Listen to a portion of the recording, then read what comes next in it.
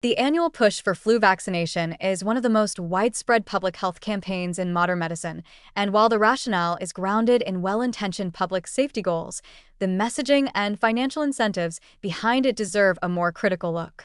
Seasonal flu vaccines are promoted each year as an essential safeguard against illness, especially for the elderly, young children, and those with chronic conditions. However, their actual effectiveness varies dramatically from year to year, sometimes as low as 10% to 30%, due to the unpredictability of influenza virus mutations and the challenges in forecasting which strains will dominate. Despite this inconsistency, pharmaceutical companies, pharmacies, and healthcare providers continue to push annual flu shots with near-universal enthusiasm, creating a multi-billion-dollar seasonal industry that benefits far more from perception than performance. The flu vaccine is unique in that it is reformulated every year based on global predictions of circulating strains. Scientists and health authorities must make their best guess, months in advance, about which influenza subtypes will be most prevalent. If the predictions align closely with the actual viral strains that circulate, vaccine effectiveness can reach 40 to 60%. But when the virus evolves unpredictably or shifts after the vaccine formulation has already been set, a common occurrence, the protection drops sharply. In some years, such as the 2014 to 2015 or 2017 to 2018 flu seasons in the United States, vaccine effectiveness was estimated at just 19% and 29%, respectively.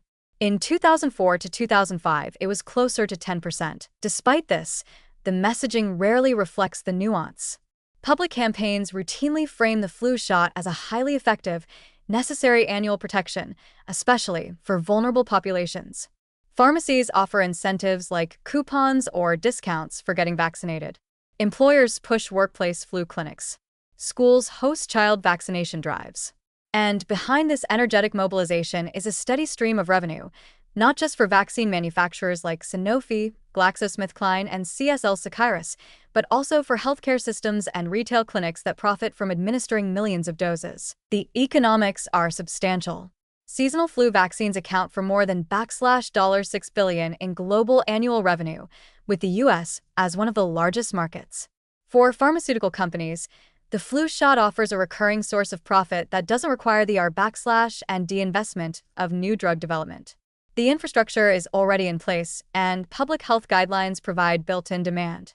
Pharmacies, which often administer the shots, also benefit from increased foot traffic and upselling opportunities. The business model thrives on repetition, an annual ritual heavily promoted, with little pushback. But while the vaccine is largely safe and does offer real benefits in high-risk groups, the way it is promoted to the general public can be misleading. People are often led to believe that the flu shot guarantees strong protection, or that not getting vaccinated poses significant danger to oneself or others. In reality, for healthy adults and children, the absolute risk reduction is modest in most years, especially when vaccine effectiveness is low. And when public health officials equate all non-vaccinated individuals with reckless endangerment, even during seasons when the shot offers marginal benefit, they risk eroding public trust and reinforcing vaccine skepticism. The situation becomes more ethically complicated when considering the suppression of debate or criticism around the vaccine's limited performance in poor match years. Researchers who question the annual flu vaccine's utility in healthy adults are often marginalized or accused of undermining public health. But transparency about limitations should not be seen as sabotage. It is critical for informed consent and for distinguishing legitimate vaccine advocacy from pharmaceutical marketing.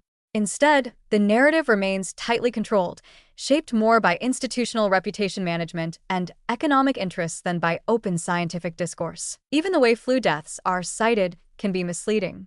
Government agencies often quote figures like 20,000 to 50,000 deaths per year from flu, but these numbers are statistical estimates that include pneumonia and other flu-related complications, many of which occur in already frail or elderly individuals.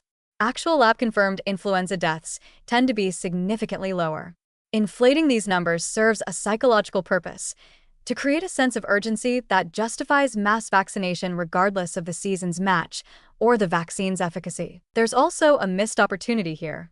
Because the flu vaccine is seen as the primary preventive measure, other effective strategies, such as targeted use of antivirals, improving indoor air quality, using rapid flu testing for early treatment, and promoting general immune resilience are often neglected. The singular focus on annual vaccination distorts resource allocation and public health strategy. Worse, it normalizes the idea that even modest or low-performing medical interventions should be universally adopted without scrutiny, so long as they are safe and profitable. None of this is to say the flu vaccine should be abandoned. For the elderly, people with compromised immune systems, and those with underlying health conditions, it can be life-saving in a good match year. But the blanket promotion of annual flu shots as a panacea, especially during low-efficacy seasons, reveals how commercial interests can distort both medical messaging and public perception.